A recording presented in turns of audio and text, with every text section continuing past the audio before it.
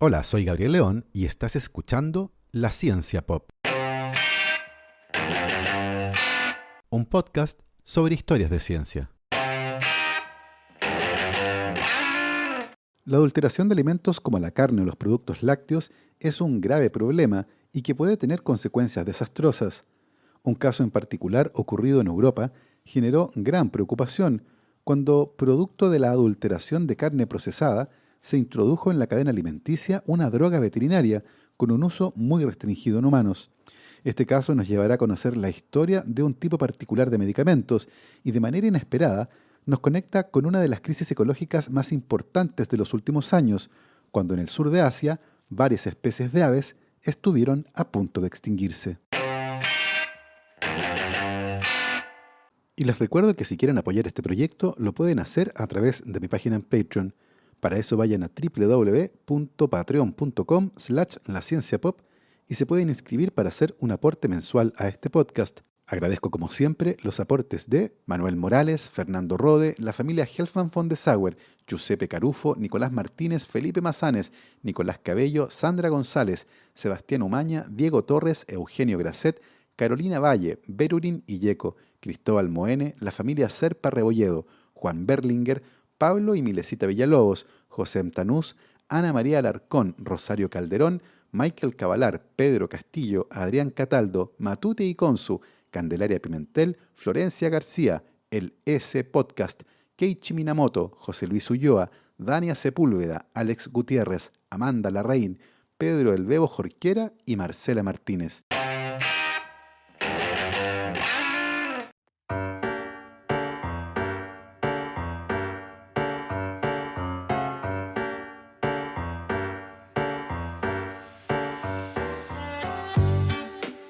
La adulteración de comida es una práctica tan antigua como su comercio. Ya en la antigua Roma y Atenas se habían dictado leyes para resguardar la comida de su adulteración, como ocurría comúnmente en el caso de los vinos, que eran modificados con saborizantes y colorantes. Sin embargo, no fue hasta el siglo XIII cuando en Europa se comenzó a legislar al respecto, prohibiendo la adulteración de comida con estrictas leyes en Francia y en Alemania. El año 1202, el rey John de Inglaterra proclamó la primera ley inglesa que apuntaba a evitar la adulteración del pan, prohibiendo la utilización de porotos o arvejas molidas en su preparación, y además propuso estándares de calidad y precio, tanto para el pan como para la cerveza que se vendía en Inglaterra. Hoy, la adulteración de alimentos es una práctica relativamente común en el mundo, y tiene importantes consecuencias legales, económicas, religiosas y vinculadas con la salud pública, tanto en el caso de alimentos destinados al consumo humano como animal. Un caso particularmente grave fue el ocurrido el año 2007 con un alimento para mascotas exportado desde China y que causó la muerte de miles de perros y gatos en Estados Unidos. Se trataba de un alimento húmedo, cuyo contenido proteico había sido reforzado supuestamente con proteínas de origen vegetal, como el gluten. Y si bien el contenido proteico correspondía al informado por el fabricante, hay que considerar que existen importantes limitaciones metodológicas en esta área, ya que muchas de las técnicas analíticas usadas para estudiar grandes volúmenes no son particularmente específicas y es posible adulterar un alimento de tal manera que pueda pasar los controles de calidad sin ser detectado. La melamina es un compuesto orgánico rico en nitrógeno, usado habitualmente en construcción de espacios interiores, como muebles y cubiertas de cocina, y debido al alto porcentaje de nitrógeno que contiene, se ha utilizado como adulterante de alimentos para aumentar la cantidad aparente de proteínas. Esto es posible debido a que las técnicas analíticas rutinarias usadas para la determinación del contenido de proteínas en los alimentos no son muy específicas y la melamina termina siendo confundida con proteínas. El análisis detallado del alimento para mascotas que causó la muerte de miles de perros y gatos en Estados Unidos determinó que se había usado melamina en lugar de gluten para aumentar el contenido de proteína aparente del alimento, buscando con esto abaratar los costos de producción. Este descubrimiento fue seguido por el retiro masivo de alimentos adulterados y una prohibición de importación de proteínas vegetales desde China, debido al alto riesgo de presencia no detectada de melamina. Este lamentable incidente fue seguido al año siguiente por otro similar, pero que esta vez afectó a la salud de miles de niños en China. El año 2008, varios casos de intoxicación, cálculos renales y de vesícula, falla renal crónica y muerte fueron detectados entre niños pequeños en China. Se determinó que hubo en total 300.000 niños afectados, de los cuales 54.000 terminaron hospitalizados y 6 murieron. La causa de la intoxicación fue la adulteración de leche para consumo humano con melamina, luego de que la leche fuera diluida con agua para aumentar su volumen y ganar más dinero. Para poder pasar los controles de calidad en cuanto al contenido de proteínas, los inescrupulosos responsables de este engaño decidieron agregarle melamina a la leche diluida con agua.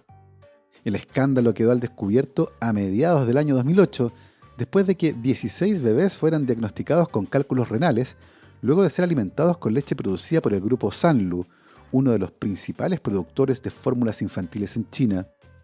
La investigación del gobierno determinó finalmente que el problema incluía además a otras 21 compañías. Este incidente generó gran preocupación y la Organización Mundial de la Salud lo calificó como deplorable. De la mano con eso, una decena de países detuvieron todas las importaciones de productos lácteos chinos. En respuesta a este escándalo, el gobierno chino llevó a cabo una serie de juicios sumarios que resultaron en 2 ejecuciones, 3 sentencias de cadena perpetua, 2 sentencias de 15 años de prisión y el despido o la renuncia forzada de 7 funcionarios del gobierno local y el director de la agencia encargada de la fiscalización de los alimentos.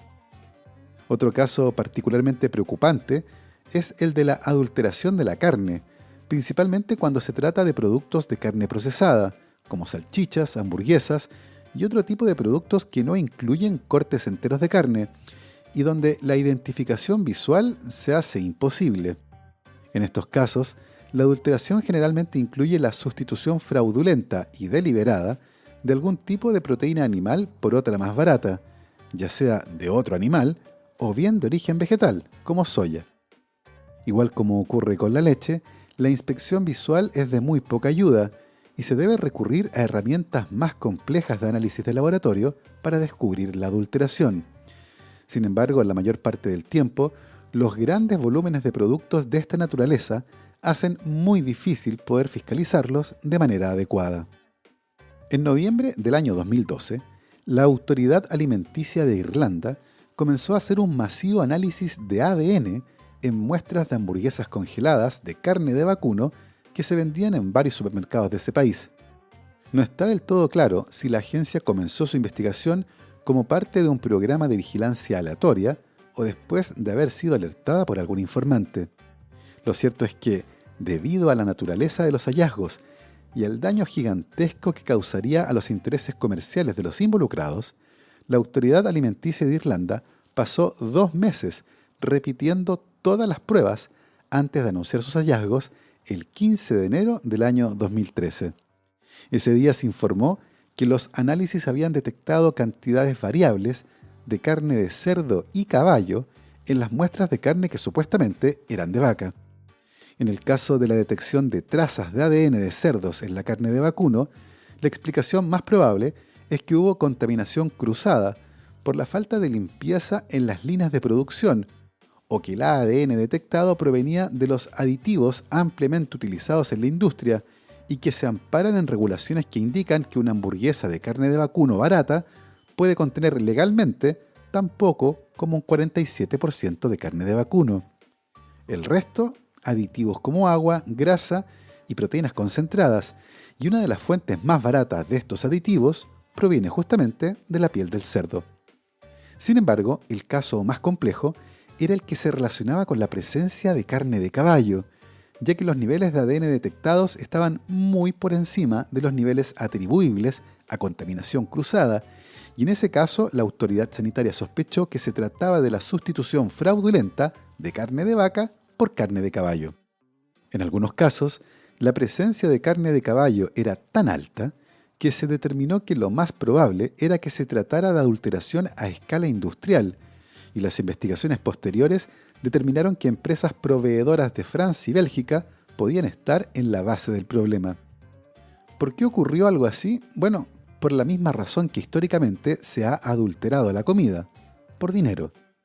Debido a la crisis económica que había comenzado el año 2008, los consumidores estaban favoreciendo la compra de productos más baratos, lo que había empujado los precios hacia abajo, pero al mismo tiempo los costos de los fabricantes se habían disparado, debido a que el precio de la carne de vacuno había llegado a un máximo histórico, impulsado en parte por el aumento en el precio del grano necesario para alimentar al ganado.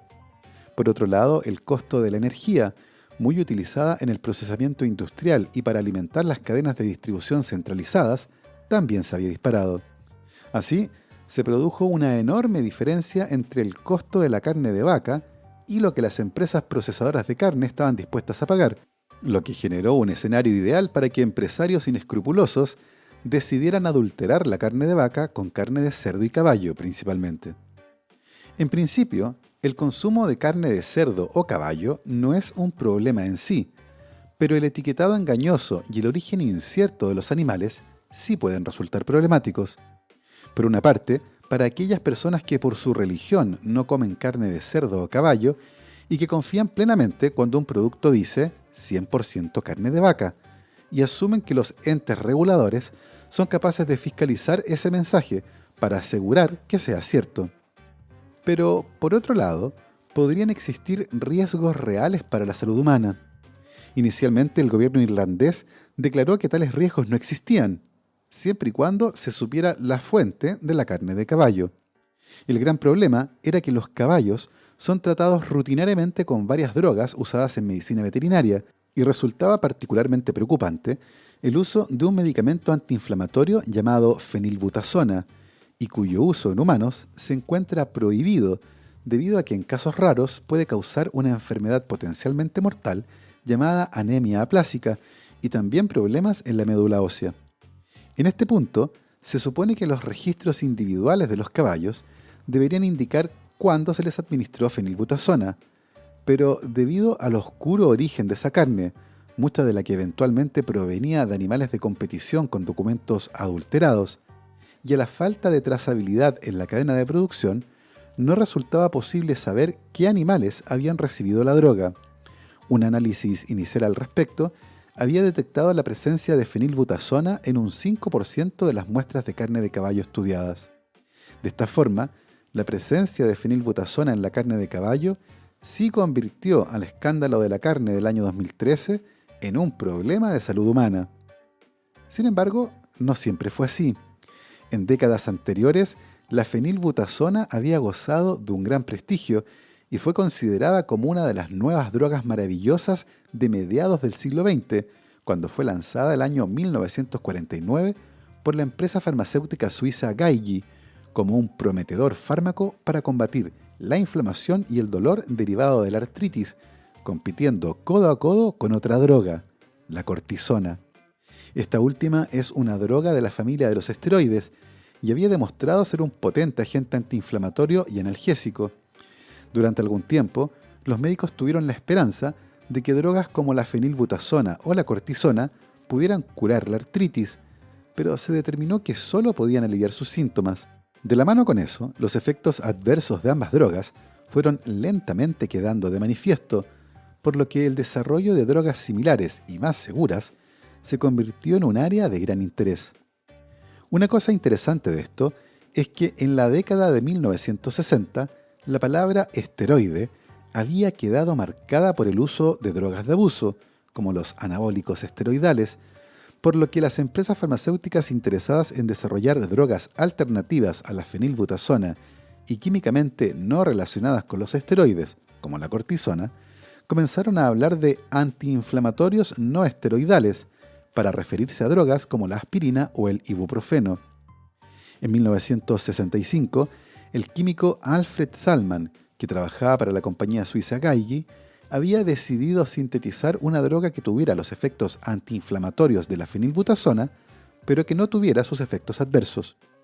Para eso, analizó la estructura de varias drogas similares a la fenilbutazona y determinó qué cosas tenían en común.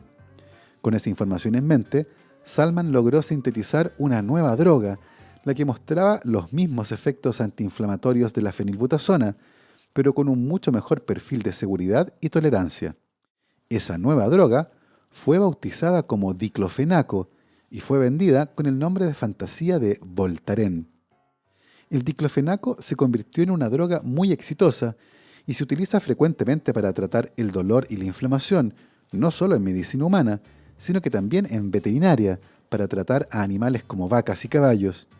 Si bien se trata de una droga segura, su uso, así como el de otras drogas que pertenecen a la familia de los antiinflamatorios no esteroidales, debe realizarse bajo supervisión médica, particularmente cuando se utiliza por periodos prolongados o en dosis altas, debido al potencial daño renal que puede causar. Uno de los países del mundo donde más se ha utilizado el diclofenaco en medicina veterinaria es la India. Esto debido a la relación que existe con las vacas, animales considerados como sagrados, los que usualmente no son sacrificados ni consumidos. Se estima que de las 500 millones de vacas que viven en la India, solo un 4% es consumido por seres humanos, y el resto sigue su curso natural. Cuando las vacas llegan a cierta edad, comienzan a manifestar problemas para desplazarse, asociados a su peso, la inflamación y el dolor articular, lo que usualmente es tratado con dosis de diclofenaco lo suficientemente altas como para un animal de ese tamaño. Debido a esta relación tan especial con las vacas, usualmente los cadáveres de estos animales son devorados por los buitres, aves que cumplen un importante rol ecológico en el ciclo de vida de las vacas en la India. Los buitres son carroñeros, viven de cadáveres, y los cadáveres de ganado son la fuente de alimento más común en un país con la mayor población ganadera del mundo, y donde el manejo de la carroña tiene tabúes religiosos y de casta. Los buitres se deshacen de manera eficiente de los cadáveres en descomposición, y sus cuellos largos y desnudos les permiten cavar profundamente en un cadáver, llegando a las entrañas fácilmente. Son tan eficientes en este trabajo que un grupo de buitres puede reducir el cadáver de una vaca a huesos fácilmente en solo 20 minutos. No solo eso, en algunas zonas de Pakistán, Irán y la India, los buitres también son parte esencial de los ritos fúnebres asociados a una antigua religión llamada zoroastrianismo. La religión zoroástrica considera el cadáver humano como un elemento impuro, por lo que está prohibido que estos contaminen la tierra o el fuego. Así, el entierro o la cremación no son posibles. Por esta razón, la religión zoroástrica ha desarrollado un particular rito fúnebre que implica trasladar los cadáveres a unas edificaciones en forma de torre, llamadas las Torres del Silencio, donde la carne de los cadáveres es consumida por los buitres. Se estima que unos 40 millones de buitres, que pertenecen a 3 especies distintas, vivían en la India a inicios de la década de 1990, con un rol ecológico y social importantísimo. Sin embargo, de manera abrupta y en pocos años, la población de buitres comenzó a disminuir de manera preocupante, al punto que causó un colapso ecológico. Como ya les mencioné, los buitres tienen un papel valioso en los ecosistemas, eliminando de manera rápida y eficiente los cuerpos de animales muertos y evitando que se desarrollen y propaguen bacterias mortales derivadas de la putrefacción. El dramático declive de los buitres creó un vacío ecológico y millones de cadáveres quedaron expuestos al ambiente, pudriéndose y aumentando la posibilidad de propagación de enfermedades como la tuberculosis, el ántrax, la brucelosis y la fiebre aftosa, entre otras. Al mismo tiempo, ratas y perros asilvestrados ocuparon el lugar de los buitres, pero estos animales carecen de la eficiencia de estas aves. Los perros y las ratas, en cambio, se convierten en portadores de los patógenos que propagan otras enfermedades. Se determinó que junto con la desaparición de los buitres, aumentó de manera considerable el número de perros asilvestrados, en un estimado de 5,5 millones de perros adicionales, y en lugares donde usualmente no había más de 100 perros, su número aumentó a más de 1.200 después de la desaparición de los buitres, debido a la alta disponibilidad de alimento. Este aumento repentino de perros generó 38 millones de mordeduras de perro adicionales en seres humanos, lo que mató a 47.300 personas entre 1992 y 2006 en la India, producto de la rabia. El virus de la rabia es el más letal que se conoce. Si un perro con rabia los muerde en la mano, inicialmente no les ocurrirá nada. El virus, inoculado junto con la saliva en la herida, comenzará lentamente a moverse a través de los nervios de la mano y al cabo de algunas semanas o incluso meses llegará finalmente a su destino, el cerebro. Una vez instalado ahí, se desatan los síntomas asociados a la rabia y derivados de la inflamación del cerebro. En ese punto, no hay nada que hacer. La enfermedad seguirá su curso y la víctima morirá. Así fue durante mucho tiempo, hasta que en el siglo XIX el bioquímico francés Louis Pasteur desarrolló una vacuna contra la rabia. Pasteur había estado inoculando el virus de la rabia en conejos y había determinado que la médula espinal de un animal infectado era una buena fuente de virus. En un momento se le ocurrió secar al sol la médula espinal de un conejo infectado y luego de un buen tiempo la molió y la inyectó en un conejo sano. Ese conejo no enfermó y al cabo de un tiempo Pasteur lo inoculó con el virus de la rabia. Y no ocurrió nada. De alguna forma el conejo había quedado protegido. Pasteur estaba en eso, perfeccionando esta vacuna, cuando el 6 de julio de 1885 llevaron ante él a un niño de 9 años llamado Joseph Meister, el que había sido mordido de gravedad por un perro con rabia. Ante la urgencia de este caso, el que tendría ciertamente un desenlace fatal, y a pesar de que se trataba de un procedimiento experimental, Pasteur decidió usar su vacuna contra la rabia para tratar al joven Joseph Meister. El procedimiento funcionó, el niño se salvó y se convirtió en la primera persona en la historia en sobrevivir al virus de la rabia.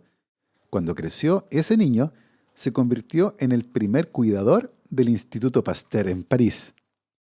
Pero volvamos a los buitres en la India. Estas aves, grandes y desgarbadas, alguna vez omnipresentes, podían ser vistas tanto en las ciudades como en el campo, encaramados en árboles y postes eléctricos, acantilados y en azoteas de las casas.